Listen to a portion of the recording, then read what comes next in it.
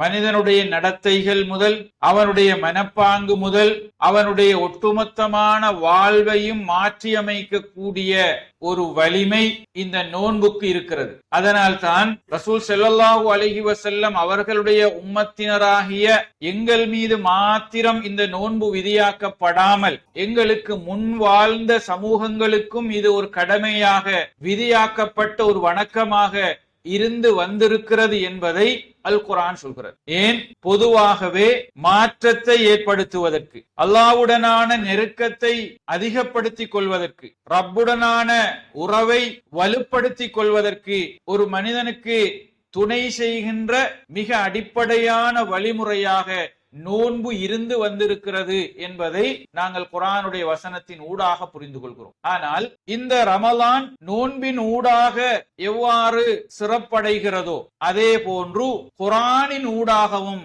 இந்த நோன்பு மாதம், ரமலானுடைய மாதம் என்பது சிறப்படைவதை பார்க்கிறோம். எப்படி நோன்பு தக்வா உள்ளவர்களை உருவாக்குகிறதோ அது போன்று குர்ஆன் தக்வா உள்ள மனிதர்களுக்குரிய நேர்வழியை வழங்குகிறது. ஹுதன் லில் முத்தகீன். அல் குர்ஆன் தக்வா உள்ள மனிதர்களுக்குரிய வழிகாட்டலை, நேர்வழியை வழங்குகிறது என்பதை பார்க்கிறோம். எனவே இங்குதான் நோன்புக்கும் குர்ஆனுக்கும் இடையிலான ஒரு நெருக்கமான தொடர்பை, உறவை நாங்கள் புரிந்து கொள்ள வேண்டியிருக்கிறது. இஸ்லாமிய வரலாற்றில் அல்லாஹு தஆலா மிகப்பெரிய சமூக புரட்சியை உருவாக்கிய வேதமாக குர்ஆனை அல்லாஹ் இறக்கி வைத்தார். அந்த வேதத்தையும் இந்த ரமலானின் இறுதி பகுதியில் உள்ள ஒரு இரவிலே அல்லாஹ் இறக்கி வைத்தார். எனவே எப்படியான ஒரு மூட்டீகமான வாழ்க்கை முறையில் இருந்த சமூகத்தை மிகச்சிறந்த சமூகமாக மாற்றிய வலிமை அல் குர்ஆனுக்கு இருக்கிறது. ரமலான் தொடங்கியதோடு நாங்கள் அல் குர்ஆனை அதிகம் பாராயணம் செய்ய தொடங்கி இருக்கிறோம். ஒவ்வொரு எழுத்திற்கும் பல நன்மைகளை அல்லாஹு தஆலா அதற்காக எங்களுக்கு வழங்குகிறான். அது வெறுமனே பாராயணம் செய்கின்ற, நெட்டுரு பண்ணுகின்ற, கருத்து விளங்காமல் ஓதுகின்ற இந்த நடைமுறையை பின்பற்றுவது போல அந்த குர்ஆனுடைய வசனங்களை கருத்தூன்றி அந்த வசனங்களின் பின்னால் மறைந்திருக்கின்ற யதார்த்தங்களை புரிந்து ஓதுகிற போது அது எங்களுடைய வாழ்க்கையில் ஒரு பெரும் மாற்றத்தை உருவாக்கும். குர்ஆனோடுள்ள நெருக்கத்தை எப்படி பாராயணம் செய்வதோடு நாம் தொடர்பு படுத்தி இருக்கிறோமோ அதனுடைய அடுத்த கட்டம் தான் அது எங்களுக்குள் மாற்றத்தை உருவாக்க வேண்டுமானால், குர்ஆன் எங்களுக்குள் ஒரு மாற்றத்தை கொண்டு வர வேண்டுமானால் நாம் அதை பொருள் உணர்ந்து, அதனுடைய கருத்துக்களை விளங்கி, அதனுடைய கருத்துக்களை சிந்தித்து ஓதுகிற போது அது எங்களுக்குள் மாற்றத்தை கொடுக்கும். ரசூல் ஸல்லல்லாஹு அலைஹி வஸல்லம் அவர்கள் மரணித்ததற்கு பிறகு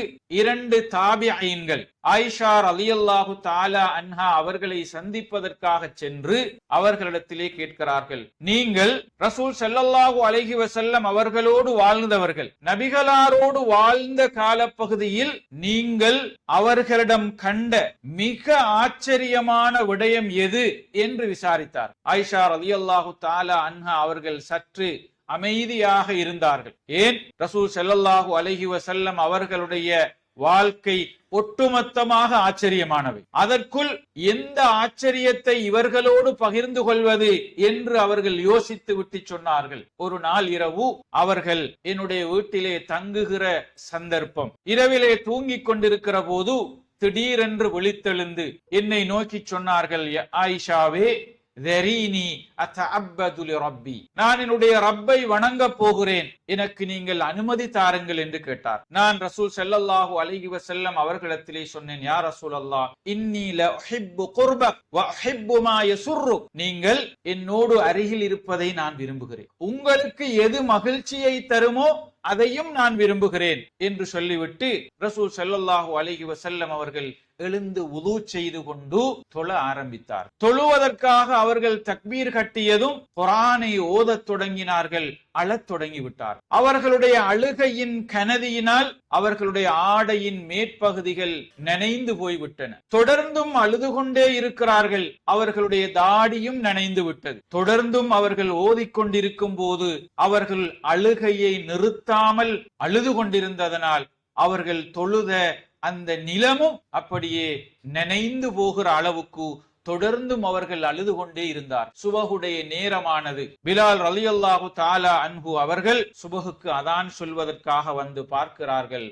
அல்லாஹுடைய தூதர் அழுது கொண்டிருக்கிறார். யா ரசூலல்லாஹ், நீங்கள் முன்பின் பாவங்கள் மன்னிக்கப்பட்ட ஒரு நபி அல்லவா, ஏன் இப்படி அழுது கொண்டிருக்கிறீர்கள்? ரசூல் ஸல்லல்லாஹு அலைஹி வஸல்லம் சொன்னார்கள், பிலாலே, அஃபலா அகூனு அப்தன் ஷகூரா, நான் நன்றியுள்ள, அல்லாஹ்வுக்கு நன்றியுள்ள ஒரு அடியானாக இருக்கக்கூடாதா என்று கேட்டுவிட்டு, இன்று இரவு எனக்கு சில வசனங்கள் அருள பெற்றிருக்கின்றன. அந்த வசனங்களை யார் ஓதி அந்த வசனங்களுடைய கருத்துக்களை சிந்தித்து படிப்பினை பெறவில்லையோ அவர்களுக்கு நாசம் உண்டாகட்டும் என்று சொல்லிவிட்டு அல்லாஹுடைய தூதர் அந்த வசனங்களை ஓதி காண்பிக்கிறார்கள். இன்ன ஃபீ ஹல்கிஸ் ஸமாவாதி வல் அர்லி வக்திலாஃபில் லைலி வன் நஹாரி லஆயாத்தின் லிஉலில் அல்பாப். வானம் பூமிகள் படைக்கப்பட்டிருப்பதிலும் இரவு பகல் மாறி மாறி வருவதிலும் அறிவுள்ள மக்களுக்கு நிறைய அத்தாட்சிகள், படிப்பினைகள் இருக்கின்றன என்ற வசனத்தை அல்லாஹுடைய தூதர் ஓதி காண்பித்தார். கண்ணியத்துக்குரிய சகோதரர்களே,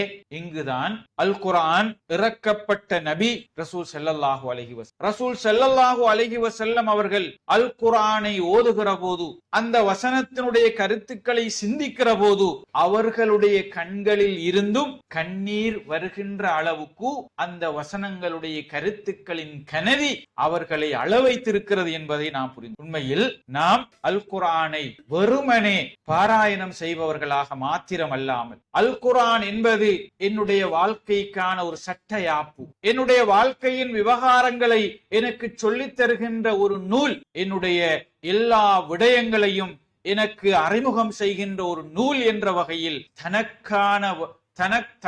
தனது வாழ்க்கைக்கான விடயங்களை அறிமுகம் செய்கின்ற ஒரு நூல் என்ற வகையில் அதை அணுக வேண்டிய ஒரு தேவைப்பாடு இருக்கிறது. அப்துல்லாஹ் இப்னு மஸ்ஊத் ரலியல்லாஹு தஆலா அன்ஹு அவர்கள் சொல்கிறார்கள், ரசூல் ஸல்லல்லாஹு அலைஹி வஸல்லம் அவர்கள் அப்துல்லாஹ் இப்னு மஸ்ஊத் ரலியல்லாஹு அன்ஹு அவர்களை பார்த்து சொன்னார்கள், இப்னு மஸ்ஊதே, நீங்கள் குர்ஆனை ஓதுங்கள் என்றார். இப்னு மஸ்ஊத் ரலியல்லாஹு தஆலா அன்ஹு அவர்கள் கேட்கிறார்கள், யா ரசூலல்லாஹ், அஅக்ரஉ அலைக வ அலைக உன்சில், அல் குர்ஆனை அல்லாஹ் உங்களுக்கல்லவா இறக்கி வைத்திருக்கிறான், குர்ஆன் உங்கள் மீதுதானே இறங்கி இருக்கிறது, அப்படி இருக்கும்போது நானா உங்களுக்கு குர்ஆனை ஓதி காண்பிக்க வேண்டும்? ஆம் என்று சொன்னார். இன்னி லஅஸ்தஹி அன் அஸ்மஅஹு மின் கைரி, மற்றவர்கள் ஓதி அந்த வசனங்களை என்னுடைய காதுகளால் நான் செவிமடுக்க வேண்டும் என்று விரும்புகிறேன், நீங்கள் ஓதுங்கள் என்றார். நான் சூரா நிசாவை தொடங்கி குர்ஆனுடைய வசனங்களை ஓதத் தொடங்கினேன். ஃபகைஃப இதா ஜஅனா மின் குல்லி உம்மத்தின் பிஷஹீதின் வஜஅனா பிக அலா ஹாஉலாஇ ஷஹீதா என்ற வசனத்தை அடைந்ததும் நபிகளார் என்னை பார்த்து சொன்னார்கள், கைஃப், நிறுத்திக் கொள்ளுங்கள். நான் ஓதலை நிறுத்திவிட்டு அல்லாஹுடைய தூதரை அன்னார்ந்து பார்த்தேன். அவர்களுடைய இரண்டு கண்களில் இருந்தும் கண்ணீர் வடிந்து கொண்டிருக்கிறது. கண்ணியத்துக்குரிய சகோதரர்களே, அப்துல்லாஹ் இப்னு மஸ்ஊத் ரலியல்லாஹு தஆலா அன்ஹு அவர்கள் குர்ஆனுடைய வசனங்களை ஓதத் தொடங்கி ஃபகைஃப இதா ஜஅனா மின் குல்லி உம்மத்தின் பிஷஹீதின் என்ற வசனம் வரைக்கும் அந்த வசனத்தை ஓதியதும் அல்லாஹுடைய தூதர் நிறுத்துமாறு சொன்னார். அதற்கு பின்னால் அந்த வசனங்களுடைய கருத்து, அந்த வசனங்களுடைய உள்ளடக்கத்தின் கனதி அவர்களை தொடர்ந்தும் அந்த ஓதலை செவிமடுப்பதற்கு அங்கீகரிக்கிறது. அந்த அளவுக்கு அந்த வசனத்தினுடைய கருத்து ஏன் அல்லாஹுடைய தூதருடைய கண்களில் இருந்து கண்ணீர் வடிகிற அளவுக்கு மாற்றத்தை கொடுத்தது. ஃபகைஃப இதா ஜஅனா மின் குல்லி உம்மத்தின் பிஷஹீதின் வஜஅனா பிக அலா ஹாஉலாஇ ஷஹீத். நபியே, நாளை மறுமையில் ஒவ்வொரு சமூகத்தாருக்கும் நாங்கள் அவர்களுடைய செயல்களுக்கு சாட்சி சொல்பவர்களை கொண்டு வருவோம். உங்களை இந்த சமூகத்திற்கு, நீங்கள் வாழ்கின்ற இந்த சமூகத்திற்கு சாட்சியாக நாங்கள் கொண்டு வந்து நிறுத்துவோம் என்றுதான் அந்த வசனத்தினுடைய கருத்து சொல்கிறது. சாதாரணமாக சிந்தித்தால் வெறுமனே இந்த வசனம் அழுகின்ற அளவுக்கு, கண்ணீர் விட்டு அழுகிற அளவுக்கு, கண்களில் கண்ணீர் வடிகின்ற அளவுக்கு கனதியான என்ன கருத்துக்களை சொல்லியிருக்கிறது என்றால், நம்மை பொறுத்தவரையில் அப்படியான கனதியான எந்த கருத்துக்களும் அங்கு கிடையாது. ஆனால் அல்லாஹுடைய தூதர் அந்த வசனத்தை தன்னுடைய நிலையை வைத்து சிந்தித்திருக்கிறார். தான் மறுமையில் சாட்சி கூண்டில் ஒரு சாட்சியாளராக நிறுத்தப்படுகிற போது, இந்த சமூகத்தை குறித்து சாட்சி சொல்கின்ற ஒரு சந்தர்ப்பம் தனக்கு வாய்க்கப்படுகிற போது தான் எப்படியான நிலையை அடைவேன் என்பதை அவர்கள் உலகில் இருந்து மறுமை நிலை குறித்து சிந்தித்தார். இன்னொரு உலகியல் நிலையிலிருந்து தான் மறுமையில் ஒரு சாட்சியாளராக நிறுத்தப்படுகிற அந்த காட்சியை தன்னுடைய மனக்கண் முன் அவர்கள் கொண்டு வந்ததன் விளைவு அவர்களுடைய கண்கள் கண்ணீரை சொரிந்தன. தொடர்ந்தும் அந்த வசனங்களை ஓதாமல் நிறுத்துமாறு கூறுகிற அளவுக்கு அவர்களிடத்தில் அது மாற்றத்தை கொடுத்தது. இங்குதான் நாங்கள் எத்தனையோ தவறுகளோடும் எத்தனையோ பாவங்களோடும் அந்த வசனங்களை கடந்து செல்கிறோம். எங்களை பார்த்து கண்டிக்கின்ற, எங்களுடைய செயல்கள் குறித்து விமர்சிக்கின்ற வசனங்களை ஓதிக்கொண்டு அதே செயல்களை தொடர்ந்தும் செய்து கொள்கிற அளவுக்குத்தான் குர்ஆனுக்கும் எங்களுக்கும் இடையிலான தொடர்பும் புரிதலும் இருக்கிறது. கண்ணியத்துக்குரிய சகோதரர்களே, இந்த நிலையில் இருந்தால் குர்ஆனை அணுகுகிற இந்த முறையில் இதே முறையை நாங்கள் பின்பற்றினால் இந்த குர்ஆன் எங்களுக்கு எந்த மாற்றத்தையும் கொடுக்காது. வனுனஸ்ஸிலு மினல் குர்ஆனி மா ஹுவ ஷிஃபாஉன் வ ரஹ்மத்துன் லில் முஃமினீன். அல் குர்ஆனில் மனிதர்களுக்கு தேவையான, அவர்களுடைய உள்ளங்களில் இருக்கின்ற அனைத்து நோய்களுக்கும் உரிய நிவாரணத்தை நாங்கள் இறக்கி இருக்கிறோம் என்று அல் குர்ஆன் சொல்கிறது. எனவே மனிதனுக்கு தேவையான உடல் உள ரீதியான அத்துணை நோய்களுக்கும் உரிய மருந்தை, நிவாரணியை, சஞ்சீவியை அல்லாஹு தஆலா குர்ஆனின் ஊடாக இறக்கி வைத்திருக்கிறார். எனவே அது வெறுமனே ரமலான் முடிகிற போது 4-5 தடவைகளை முழுமையாக குர்ஆனை ஓதி முடித்திருக்கிறேன் என்று பெருமைப்படுவதோடு மாத்திரம் சுருக்கிக் கொள்கின்ற வேதம் அல்ல. அந்த ரமலான் முடிகிற போது அந்த குர்ஆனுடைய கருத்துக்களின் விளைவு, குர்ஆனை பற்றுக்கொண்டதனுடைய தாக்கம் எங்களுடைய வாழ்க்கையில் மாற்றத்தை கொடுக்க வேண்டும். குர்ஆன் வசனங்கள் என்பது என்னை பார்த்து பேசுகிற வசனங்களாக இருக்கின்றன என்ற புரிதல் வருகின்ற வரைக்கும், குர்ஆனுடைய வசனங்கள் நான் செய்கின்ற இந்த செயலைத்தான் கண்டிக்கிறது, எனவே நான் தவிர்ந்து கொள்ள வேண்டும் என்கிற உணர்வு வராத வரை அது எங்களுக்குள் மாற்றத்தை கொடுக்காது. நாம் இன்னொருவரை பத்தி பேசுகிற வசனமாக, அடுத்தவரை பத்தி கண்டிக்கிற வசனமாக, பிறரை பத்தி பேசுகிற வசனமாக நாங்கள் பயன்படுத்தி கொண்டிருப்போமே தவிர அது எங்களுக்குள் எந்த மாற்றத்தையும் விட்டு செல்கிற வசனங்களாக இருக்க முடியாது. கண்ணியத்துக்குரிய சகோதரர்களே, சாபித் பின் கைஸ் ரலியல்லாஹு தஆலா அன்ஹு அவர்கள் ரசூல் ஸல்லல்லாஹு அலைஹி வஸல்லம் அவர்களுடைய சஃபையிலே அமர்ந்திருக்கின்ற சஃபையிலே இருக்கின்ற சஹாபாக்களில் அதிகமாக சப்தமிட்டு பேசுகிற ஒருவராக இருந்தார். அவருடைய குரல் தன்மை, அவருடைய பேச்சு முறை எல்லோரும் அமர்ந்திருக்கிற போதும் அது ஒரு வித்தியாசத்தை காட்டும். அல் குர்ஆனிலே அல்லாஹு தஆலா சூரா ஹுஜராத் என்ற அத்தியாயத்திலே ஒரு வசனத்தை இறக்கினார். யா அய்யுஹல்லதீன ஆமனு லா தர்ஃபஉ அஸ்வாதகும் ஃபௌக ஸௌத்தின் நபி. மூமின்களே, விசுவாசிகளே, ஈமான் கொண்டவர்களே, நீங்கள் நபியுடைய சப்தத்திற்கு மேலால், அல்லாஹ்வுடைய தூதருடைய சப்தத்திற்கு அப்பால், மேலால் உங்களுடைய சத்தத்தை உயர்த்தாதீர்கள் என்று வசனத்தை அருளினார். அந்த வசனத்தின் தொடரிலே அப்படி நீங்கள் உயர்த்துகிற போது உங்களுடைய அமல்கள் அழிந்து போய்விடும் என்றும் அந்த வசனத்தினுடைய இறுதியிலே அல்லாஹ் கண்டிக்கிறார். சாபித் பின் கைஸ் ரலியல்லாஹு தஆலா அன்ஹு அவர்கள் இந்த வசனம் அருள பெற்ற போது தன்னை இந்த வசனத்திற்கு முன்னால் நிறுத்தி பார்க்கிறார். இந்த வசனத்திற்கும் தன்னுடைய பேச்சு முறைக்கும் சப்தத்திற்கும் இடையிலான தொடர்பை அவர்கள் ஒப்பு நோக்குகிறார். விளைவு, இந்த வசனம் நேரடியாக என்னை கண்டிக்கின்றது. நேரடியாக நான் சப்தமாக பேசுபவன், சத்தத்தை உயர்த்துபவன், எனவே என்னுடைய அமல்கள் அழிந்து போய்விடும் என்று அவர் அஞ்சினார். விளைவு, சில நாட்கள் நபிகளாருடைய சபைக்கு சமூகம் அளிக்காமல் தன்னுடைய வீட்டிலே அவர் உட்கார்ந்து கொண்டார். அல்லாஹ்வுடைய தூதர் சஹாபாக்கள் எல்லோரும் இருக்கத்தக்க எல்லா சஹாபாக்களும் சமூகம் அளித்திருக்க சாபித் பின் கைஸை காணவில்லையே என்று அவர்கள் தேடினார். தம்முடைய சஹாபாக்களிடம் விசாரிக்கிறார்கள். எங்கே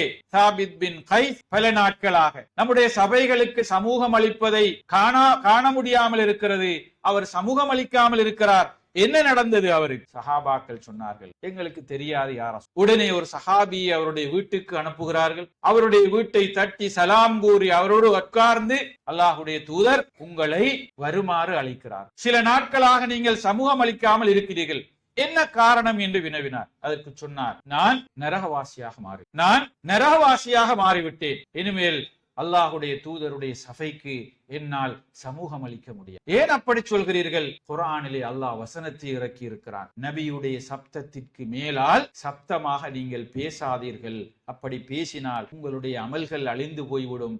எனவே சஹாபாக்களிலே உயர்ந்த சப்தமுடையவன் நான், என்னுடைய அமல்கள் அழிந்து போய்விட்டன, எனவே நான் நரகவாசி என்று அவராக முடிவு சென்ற சஹாபியும் தகவலை கேட்டுவிட்டு அல்லாஹுடைய தூதரிடத்திலே வந்து விஷயத்தை சொல்கிறார். அல்லாஹுடைய தூதர் அதை கேட்டுவிட்டு சொன்னார்கள், அவர் நரகவாசி அல்ல, அவர் சுவர்க்கவாசி, அவரை சபைக்கு வருமாறு நீங்கள் கூறுங்கள் என்றார். கண்ணியத்துக்குரிய சகோதரர்களே, இந்த இடத்தில் தான் தன்னை பற்றியே பேசாத வசனத்தை தன்னை பற்றி பேசிய ஒரு வசனமாக கருதி கொண்டு அவராக முடிவு செய்து கொண்டு சபையிலே இருந்து ஒதுங்கி வீடும் தானும் என்று இருக்கிற அளவுக்கு அந்த வசனம் அவர்களுக்குள் தாக்கத்தை செலுத்தும். எனவே இப்படித்தான் குர்ஆனை அணுகுகின்ற, குர்ஆனுக்கும் நமக்கும் இடையிலான தொடர்பை வலுப்படுத்திக் கொள்கின்ற, குர்ஆனுடைய கருத்துக்களை சிந்திக்கின்ற, புரிந்து கொள்கின்ற மனிதர்களை உருவாக்குவதுதான் குர்ஆனுடைய நோக்கமாக இருக்கு. அதனால் தான் அல்லாஹு தஆலா குர்ஆனை இந்த ரமலானுடைய மாதத்தில் அல்லாஹ் இறக்கி வைத்தார். குர்ஆன் ரமலானுடைய மாதத்தில் இறங்கியதன் ஊடாகவே ரமலான் என்பது சிறப்படை. எனவே ரமலான் ஊடாக நாம் எப்படி தக்வாவை வரவழைத்துக் கொள்கிறோமோ அதே போன்று குர்ஆனின் ஊடாகவும் எங்களுக்குள் மாற்றத்தை உருவாக்கி கொள்பவர்களாக எங்களை நாங்கள் மாற்றிக்கொள்ள. மதுபானம் தொடர்பான தடை செய்கின்ற வசனங்கள் கட்டம் கட்டமாக அருளப்பெற்று இறுதி வசனம் அருளப்பெற்ற போது தங்களுடைய வீடுகளிலே சேர்த்து வைத்திருந்த மதுபானங்களை எல்லாம் வீதிகளிலே வந்து கொட்டி விடுகின்ற அளவுக்கு அந்த வசனத்திற்கு கட்டுப்பட்டு விட்டோம் என்பதை வெளிப்படுத்துகின்ற நடத்தைகளை சஹாபாக்கள் வெளிக்கொணர்ந்தார். ஏன்? குர்ஆன் தடை செய்து விட்டது, இதற்கு பிறகு அதை அருந்தவும் கூடாது, சேமிக்கவும் கூடாது. இதுதான் குர்ஆனுடைய வசனத்திற்கு நாம் கட்டுப்படுகின்ற, குர்ஆனுடைய வசனத்தை அமுல்படுத்துவதனுடைய வடிவம் என்பதை அவர்கள் தங்களுடைய நடைமுறை வாழ்க்கையில் உண்மையில் மதுபானத்தை சேமித்து வைப்பவர்களாக அல்லது அருந்துபவர்களாக நாங்கள் இல்லாவிட்டாலும் அதற்கு நிகரான பல ஹராம்கள் எங்களுக்குள் புரையோடி போயிருக்கின்றன. அவைகளை பற்றியும் குர்ஆனுடைய வசனங்கள் பேசுகின்றன. ஹராம் என்று சொல்கின்றன, தடை செய்யப்பட்டது என்று சொல்கின்றன, விலகிக் கொள்ளுங்கள் என்று சொல்கின்றன.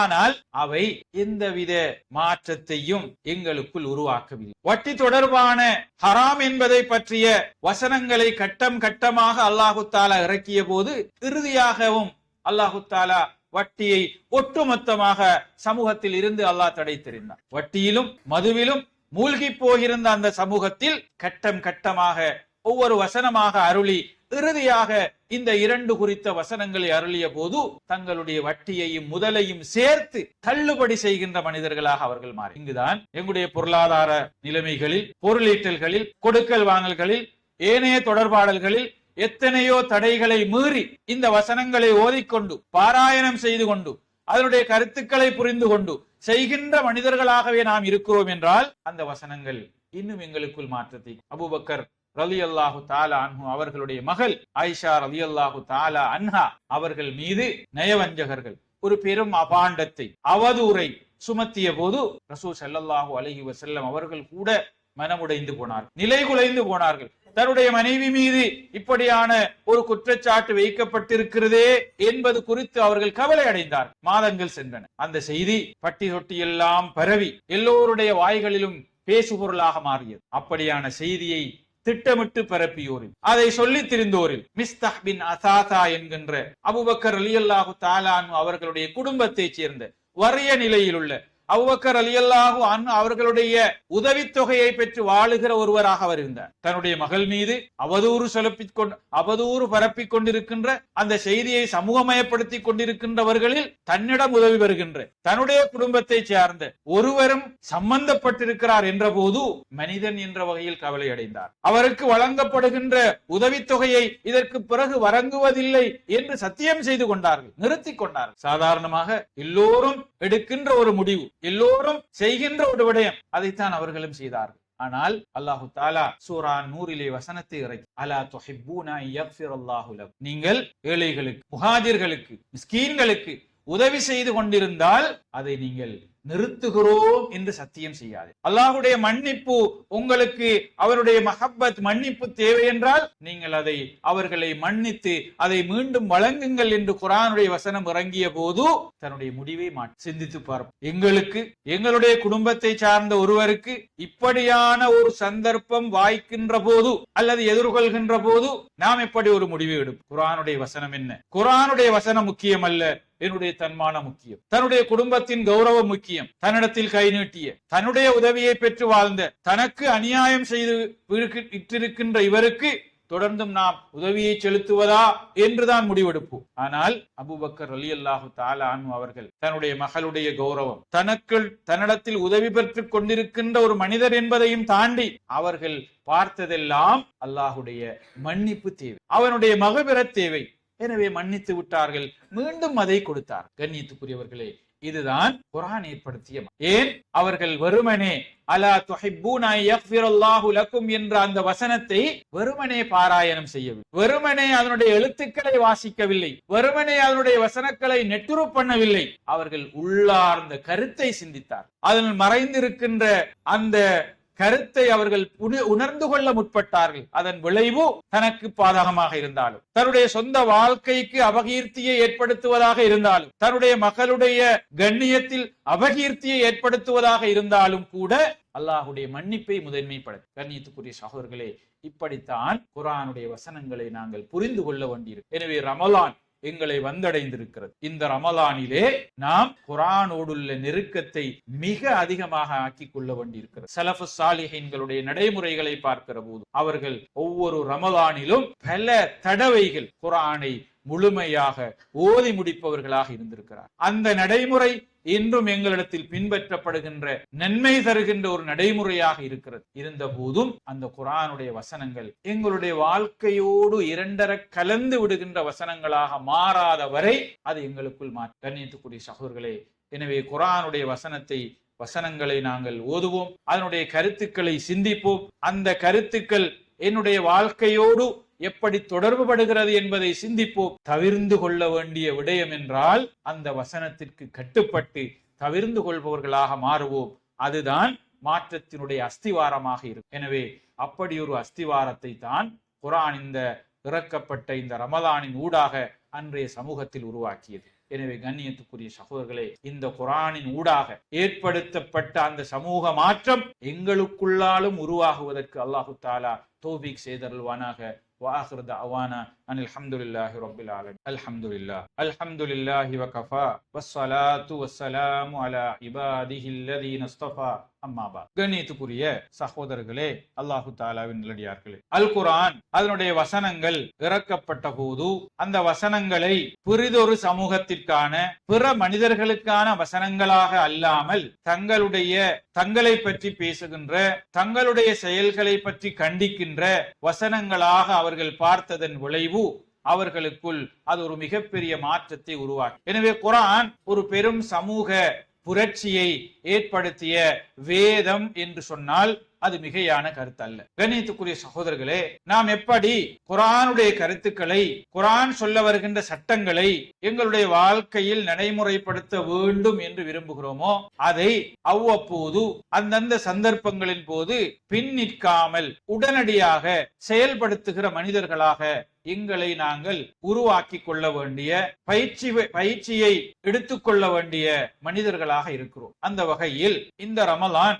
இந்த குர்ஆன் எங்களின் ஊடாக நாம் செய்கின்ற அடிப்படை கடமைகளையும் நேர்த்தியாக செய்கின்ற பக்குவத்தை தர வேண்டும். எப்படி நோன்பு கடமை என்ற போது அதை சரியாக நோற்று தக்குவாவை உருவாக்கி கொள்கிறோமோ, அதே போல ஏனைய கடமைகளுக்குள் ஜகாத் என்று வருகிற போது அதையும் நாம் சரியாக நிறைவேற்றுபவர்களாக எங்களை பழக்கப்படுத்திக் கொள்ள வேண்டியிருக்கிறது. இஸ்லாமிய கடமைகளிலே ரமலான் வருகிற போது இந்த ஜகாத் குறித்தும் நாங்கள் அதிக கவனத்தை செலுத்த வேண்டிய தேவை இருக்கிறது. பொதுவாக எப்படி நோன்பு ஒரு அடிப்படை கடமையோ, ஜகாத் என்பதும் செல்வந்தர்கள் மீதான ஒரு பொருளாதார கடமை என்பதை நாம் புரிய வேண்டும். சமூகத்தில் இருக்கின்ற எல்லோர் மீதும் இது விதியான ஒரு கடமையாக அல்லாவிட்டால் குறைந்தபட்ச அளவான ஜகாத்திற்குரிய நிசாபை வைத்திருக்கின்ற ஒவ்வொரு செல்வந்தர் மீதும் இது ஒரு கட்டாய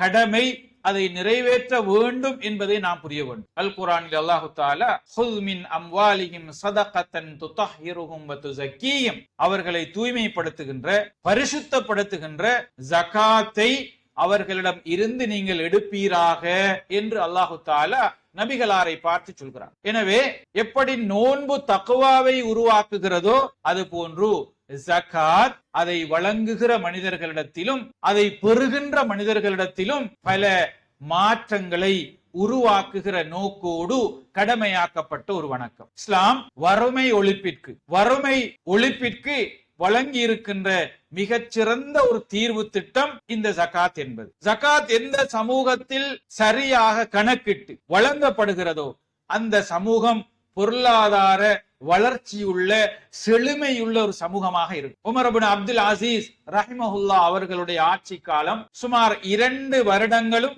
4 மாதங்களும் 5 நாட்களும் அவர்களுடைய ஆட்சி இருந்தது. ஆனால் இஸ்லாமிய வரலாற்றிலே 2ஆம் உமர் என்று போற்றப்படுகிற அளவு மிகச்சிறந்த ஒரு நீதியான கலீபாவாக ஆட்சியாளராக இன்றும் அவர்கள் அடையாளப்படுத்தப்படுகிறார். மிக குறுகிய கால ஆட்சி, ஆனால் அவர்கள் உருவாக்கிய மாற்றம் என்பது நீடித்து நிலைக்கின்ற ஒரு மாற்றம். தன்னுடைய அந்த 2 வருட கால பகுதிக்குள் தன்னுடைய ஆட்சிக்குட்பட்ட பகுதியிலே ஜகாத் பெறுவதற்கு ஆட்கள் இல்லை என்கின்ற அளவு வறியவர்கள் இல்லாத ஒரு சூழலை உருவாக்கினார். சுமார் 2 வருடங்களுக்குள்ளால் மிக நேர்த்தியான ஜகாத் வசூலிப்பும் பங்கீடும் செய்யப்பட்டதன் விளைவு செல்வந்தர்கள் தங்களுடைய ஜகாத்தை எடுத்துக்கொண்டு ஏழைகளை தேடுகிற சூழல் உருவானது. அதனால் உமர் இப்னு அப்துல் அசீஸ் ரஹிமஹுல்லா அவர்கள் ஜகாத் பங்கீடு செய்வதற்கான முறைகளை அந்த சாராரை இன்னும் விரிவுபடுத்த முயற்சித்தார்கள். ஏன், ஜகாத் வழங்குவதற்காக அல் குர்ஆன் அடையாளப்படுத்தப்பட்ட சாராரை தாண்டி அதை பெறுவதற்கான மனிதர்கள் இல்லாத போது ஏனைய திட்டங்களுக்கு அதை பயன்படுத்துவதற்காக அதை விரிவுபடுத்தி கொண்டார்கள். அந்த அளவுக்கு ஒரு பெரும் செல்வ செழிப்புள்ள ஒரு நிலையை இந்த ஜகாத்தின் ஊடாக உருவாக்கினார். கண்ணியத்துக்குரியவர்களே, எப்போது அது சரியாக கணக்கிடப்படுவதும் முறையாக பங்கீடு செய்யப்படுவது. உண்மையில் இன்று எங்களுடைய சமூகத்தை பொறுத்தவரையில் 2 அம்சங்களை நாங்கள் புரிந்து கொள்ள வேண்டியிருக்கிறது. ஒன்று, ஜகாத் தனக்கு கடமையாக இருக்கிறதா என்பதை உணராத நிலையில் பலர் இருக்கிறார். அவர்களுடைய பார்வையில் நாம் இன்னும் ஜகாத்தை கொடுப்பதற்கு தகுதியான செல்வந்தராக தகுதி பெறவில்லை என்ற நிலையில் இருக்கிறோம். ஆனால் உண்மையில் அவர்களுடைய பொருளாதார பின்புலத்தை, அவர்களுடைய பொருளாதார நிலையை சரியாக கணக்கிட்டால் அவர்களும் ஜகாத் வழங்க தகுதியான செல்வந்தர்கள் என்பதை அடையாளம் கண்டுகொள்ள முடியும். எப்போதுமே ஜகாத் என்றால் ஊரில் இருக்கின்ற ஒரு குறிப்பிட்ட சாராரிடம்தான் ஜகாத்தை வசூலிப்பது, அவர்கள் தான் ஜகாத் கொடுப்பவர்கள், அவர்கள் தான் செல்வந்தர்கள் என்ற ஒரு நிலையை தான் நாம் உருவாக்கி இருக்கிறோம். ஆனால் ஒருவர் குறைந்தபட்சம் ஜகாத் கொடுப்பதற்கு தகுதியான ஒரு செல்வந்தர் என்பதற்குரிய குறைந்தபட்ச அளவீடு இன்றைய மதிப்பீட்டின்படி இன்று 20ஆம் தேதி ஒரு பவுன் தங்கத்தினுடைய பெறுமதி 3,92,000 ரூபாய். சுமார் 10.5 பவுன் தங்கம் அல்லது அதற்கு நிகரான பண பெறுமதி ஒருவரிடத்தில் இருக்குமானால் அவர் ஜகாத் வழங்க தகுதியான ஒரு செல்வந்தர் என்ற நிலையை அடைகிறார். சாதாரணமாக சிந்தித்து பார்ப்போம். 3,92,000 ரூபாய் சராசரியாக 4 லட்சம் ரூபாய் என்று வைத்துக் கொண்டால் 10.5 பவுன் என்று வருகிற போது 42 லட்சம் ரூபாய் ஒருவரிடத்தில் பணமாக அல்லது நகை பொருளாக இருக்கிற போது குறைந்தபட்ச அளவு இவர் ஜகாத் வழங்குவதற்கு தகுதியான ஒரு செல்வந்தர். உண்மையில் நாம் பார்க்கலாம், இன்று நாம் ஓடுகிற வாகனங்கள் அல்லது நாம் இருக்கின்ற வீடுகள் கழித்து அவர்களிடத்தில் பெரும்பாதியான முதலீடுகள், பல இடங்களில் முதலீடுகள் என்று சொத்துக்கள் நிறைவாக இருக்கிறது. ஆனால் நாம் அதை ஒரு ஜகாத் கடமையான ஒருவரா என்ற ஒரு நிலைப்பாட்டை எடுக்காத ஒரு சூழல் தான் இருக்கிறது. சாதாரணமாக வெளிநாடுகளிலே வேலை செய்கின்றவர்களை எடுத்து நோக்கினால் கூட 10,000 ரியால், 20,000, 50,000 ரியால் வரைக்கும், 1 லட்சம் ரியால் வரைக்கும் சம்பளங்களை பெறுகின்றவர்கள் இருக்கிறார். சாதாரணமாக ஒரு 50,000 ரியால் மாதாந்தம் ஊதியம் பெறுவராக இருந்தால் இன்றைய கணக்கின்படி ஒரு மாத முடிவிலேயே அவர் ஒரு ஜகாத் வழங்க தகுதியான ஒரு செல்வந்தராக மாறலாம். அவருடைய அடிப்படை தேவைகள் போக, ஏனைய செலவுகள் போக, அவரிடத்தில் இந்த தொகை ஒரு வருட காலமாக இருந்தால் அவர் ஜகாத் வழங்க தகுதியான ஒருவர். எனவே நாம் தகுதியா என்பதை நாம் அடையாளம் காண வேண்டி இருக்கிறது. நம்முடைய மஹல்லாவில், நம்முடைய ஊரில் நாம் அறிந்து பலர் இப்படியான ஜகாத் வழங்குவதில்லை. ஆனால் அவர்களுடைய பொருளாதார நிலைமைகளை அவதானிக்கிற போது அவர்கள் ஜகாத் வழங்க தகுதியான இரண்டாவது நிலை இருக்கிறது. ஜகாத் வழங்குகிற போதும் அதை சரியாக கணக்கிட்டு வழங்குவதில்லை. பல தொழில்களில் முதலீடு செய்திருப்போம். அந்த தொழில்கள் எல்லாவற்றையும் உடனடியாக கணக்கிட்டு சரியாக 100க்கு 2.5% ஜகாத்தை வழங்குவது சாத்தியமில்லை என்பதால் ஒரு குத்து மதிப்பாக ஒரு தொகையை ஜகாத்தை கொடுத்துவிட்டு, ஜகாத்தாக செலுத்திவிட்டு என்னுடைய கடமை முடிந்து விட்டது என்று நாங்கள் விடுந்து விடுகிறோம். இது அல்ல ஜகாத் வழங்குவதற்கான முறை. தம்மிடம் இருக்கின்ற வருமான மூலங்கள் எல்லாவற்றையும் சரியாக கணக்கிட்டு, தான் கொடுக்க வேண்டியவைகளை கழித்து, தன்னுடைய சொத்தாக இருக்கின்றவைகள் ஜகாத் விதியாவதற்குரிய விதியை பூர்த்தி செய்த அந்த நிதி மூலங்கள் எல்லாவற்றையும் சேர்த்து அவர் சரியாக கணக்கிட்டு கொடுக்கிற போதே அவர் தன்னுடைய பொருளாதாரத்திற்கான ஜகாத்தை சரியாக வழங்கியவராக கணிக்கப்படுவார். இந்த 2 நிலைகளையும் செய்கிற போது